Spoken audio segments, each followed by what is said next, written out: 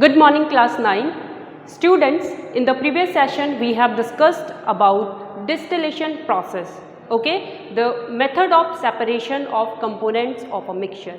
Okay, in the today's video lecture we will discuss about the fractional distillation. Okay, students हमने distillation के process में देखा था। Distillation का प्रोसेस तब यूज़ किया जाता है जब दो मिसिबल लिक्विड्स को सेपरेट किया जाता है किसी भी मिक्सचर्स के। ओके, किसी भी मिक्सचर के दो मिसिबल लिक्विड्स को सेपरेट किया जाता है। मिसिबल लिक्विड्स मतलब वो लिक्विड्स जो आपस में वेल मिक्स हो जाते हैं। ओके, बट वहाँ पर क्या था, जो उनका बॉइलिंग पॉइंट था उसमें ज़्यादा डिफरेंस होता है। ओके, मतलब दो मिसिबल लिक्विड्स को सेपरेट करना है, अगर उनके बॉइलिंग पॉइंट में डिफरेंस ज़्यादा है तो वहाँ पर हम सेपरेशन का मेथड यूज़ करेंगे डिस्टिलेशन वाला। वहीं अगर उन दो मिसिबल लिक्विड्स का कोई दो मिसिबल लिक्विड है, वो एक मिक्सचर फॉर्म कर रहे हैं और उनके जो बॉइलिंग पॉइंट है उनमें कम डिफरेंस है, तब हम यूज़ करेंगे बच्चों fractional distillation. Is it clear बच्चों? जैसा ही यहाँ पर हमारा सेटअप कैसा होता है, सेम एज डिस्टिलेशन प्रोसेस के जैसे सेटअप होता है, बस डिफरेंस क्या होता है, यहाँ पर हम फ्रैक्शनेटिंग कॉलम का यूज़ करते हैं। ओके, सो देखते हैं बच्चों with this method and with this setup how can we separate components of a mixture. Okay, two miscible liquids को हम कैसे सेपरेट करते हैं। ओके, फॉर एग्जाम्पल बच्चों देखिए यहाँ पर हमने सेटअप वैसा ही लिया है जैसा डिस्टिलेशन प्रोसेस में लिया था। अब हम क्या करेंगे, देखिए बच्चों, मान लिया कि हमारे पास दो मिसिबल लिक्विड्स है जिनका जो बॉइलिंग पॉइंट है, एक का है 50 डिग्री सेल्सियस और दूसरे का है 56 डिग्री सेल्सियस। कम डिफरेंस है बॉइलिंग पॉइंट में। ओके, एक्चुअली कम डिफरेंस के लिए क्यों यूज़ कर रहे हैं, क्योंकि बच्चों अगर कम डिफरेंस रहता है बॉइलिंग पॉइंट में, अगर हम डिस्टिलेशन प्रोसेस का यूज़ करते हैं इन्हें सेपरेट करने के लिए, तो कम डिफरेंस की वजह से क्या हो जाएंगे, दोनों के दोनों एक साथ इवेपोरेट होना स्टार्ट हो जाते हैं, वेपराइज होना स्टार्ट हो जाएंगे। उससे जो डिस्टिलेशन प्रोसेस है वो काम नहीं आएगा, इसीलिए हम फ्रैक्शनल डिस्टिलेशन का यूज़ करते हैं। हमने यहाँ पे यहाँ पे एक मिक्सचर है दो मिसिबल लिक्विड्स का, एक का टेम्परेचर एक का जो बॉइलिंग पॉइंट है वो 50 डिग्री सेल्सियस है, दूसरे का 56 डिग्री सेल्सियस है। ओके, अब हमने क्या किया बच्चों, इसको हीट देनी स्टार्ट करी। ओके, दिस इज़ बर्नर और हमने इसे हीट प्रोड्यूस करी, लेकिन हम यहाँ पे टेम्परेचर रखेंगे 50 डिग्री सेल्सियस, मतलब जो जल्दी वेपराइज होगा, जो कंपोनेंट जितना बॉइलिंग पॉइंट उसका है हम उतना ही रखेंगे। तो हम 50 डिग्री सेल्सियस यहाँ पर क्या रखेंगे बच्चों, टेम्परेचर रखेंगे।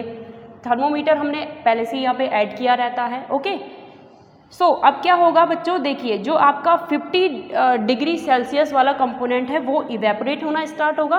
अब देखिए क्योंकि इनके बॉइलिंग पॉइंट में कम डिफरेंस है, तो जो 56 डिग्री सेल्सियस वाला कंपोनेंट है बच्चों, ओके, वो भी क्या होना शुरू हो जाएगा, वो वाला लिक्विड भी आपका इवेपोरेट होना स्टार्ट हो जाएगा कुछ हद तक। ओके, अब हमने यहाँ पे जो फ्रैक्शनेटिंग कॉलम का यूज़ किया है, ये क्यों किया है बच्चों, एक्चुअली इस कॉलम में आपका क्या होता है बच्चों, ग्लास बीड्स होती है या फिर ग्लास बॉल्स होती है, वो एक्चुअली कूलिंग इफेक्ट प्रोवाइड करने के लिए ऐड की रहती है। ओके, तो क्या होगा, जैसे ही आपका जो फर्स्ट कंपोनेंट आया यहाँ पे वो वेपराइज होके आया, तो आप देखेंगे और दूसरा भी उसके साथ, जो दूसरा 56 वाला है कंपोनेंट है, 56 डिग्री सेल्सियस टेम्परेचर जिसका है, बॉइलिंग पॉइंट जिसका है, वो भी यहाँ पे टकराएगा, दोनों के दोनों। तो अब होगा क्या बच्चों, उनमें से जिसका टेम्परेचर ज़्यादा है, ओके, 56 डिग्री सेल्सियस है, वो कंपोनेंट इन ग्लास बीड से टकराएगा। और ये बेसिकली क्यों है, इनका ये सरफेस एरिया को कम करने के लिए है। ओके, कूलिंग इफेक्ट प्रोवाइड करने के लिए है। तो जो हमारा 56 डिग्री सेल्सियस वाला कंपोनेंट है, बॉइलिंग पॉइंट जिसका है, वो इनसे टकराएगा, वो कंडेंस हो जाएगा। और आपको पता है जब वाटर वेपर्स कंडेंस होती है, ओके, तो वो किस में कन्वर्ट हो जाएंगी, वो लिक्विड स्टेट में कन्वर्ट हो जाएंगी। तो इस तरीके से वो लिक्विड स्टेट में कन्वर्ट होंगी और वापस इसी फ्लास्क में गिर जाएंगी। ओके, वो लिक्विड इसी फ्लास्क में गिर जाएगा 56 डिग्री सेल्सियस वाला। वहीं जो हमारा 50 डिग्री सेल्सियस जिसका बॉइलिंग पॉइंट है वो वाला कंपोनेंट बच्चों यहाँ से ऊपर आएगा और सेम एज वो वेपर्स जैसे हमारे डिस्टिलेशन प्रोसेस में होता था वो वेपर्स यहाँ पर जाएंगी इस ट्यूब में, जिसे हमने कंडेंसर का नाम दिया। क्यों कंडेंसर का नाम दिया? क्योंकि हमारा ये सेटअप क्या है, यहाँ से हम इसको दोनों साइड से हम इसे कोल्ड वाटर प्रोवाइड करते हैं। यहाँ से कोल्ड वाटर प्रोवाइड करेंगे, यहाँ से आउट करेंगे। तो कोल्ड वाटर प्रोवाइड करने से जो अंदर की ये ट्यूब है कंडेंसर की, ये कैसे हो जाती है? ठंडी हो जाती है। ओके, इसका जो सरफेस एरिया है, जो इसका इनर सरफेस है वो ठंडा होगा और ऑब्वियस सी बात है जैसे ही वाटर वेपर्स इस ठंडे सरफेस पे टकराएंगी तो वो लिक्विड में कन्वर्ट हो जाएंगी। ओके, तो इस तरीके से लिक्विड में कन्वर्ट होके वो इसके थ्रू हम उसके रिसीविंग फ्लास्क में ले लेते हैं और सीधा रिसीविंग फ्लास्क में जाके यहाँ पे गिरता है। इसे कहते हैं डिस्टिलेट। इतना समझ में आया? तो बच्चों इस तरीके से इस प्रोसेस के द्वारा, इस मेथड के द्वारा हम दो मिसिबल लिक्विड्स को सेपरेट करते हैं जिनके बॉइलिंग पॉइंट में डिफरेंस कम होता है। ओके, अब हम एग्जांपल देख लेते हैं कि कहाँ कहाँ इसकी एप्लीकेशंस हैं, कहाँ कहाँ इसके यूजेस देखने को मिलते हैं। सो फॉर एग्जांपल बच्चों हम यहाँ पर ले लेंगे कि आपका mixture of alcohol and water. Alcohol का जो बॉइलिंग पॉइंट होता है बच्चों, एल्कोहल का बॉइलिंग पॉइंट होता है आपका 78 डिग्री सेल्सियस। वहीं आपको पता है कि वाटर का होता है 100 डिग्री सेल्सियस। ठीक है, तो हम इस मिक्सचर को, आपके कम है बॉइलिंग पॉइंट में डिफरेंस, राइट, तो हम उसके लिए फ्रैक्शनल डिस्टिलेशन का यूज़ करेंगे इन्हें सेपरेट करने के लिए।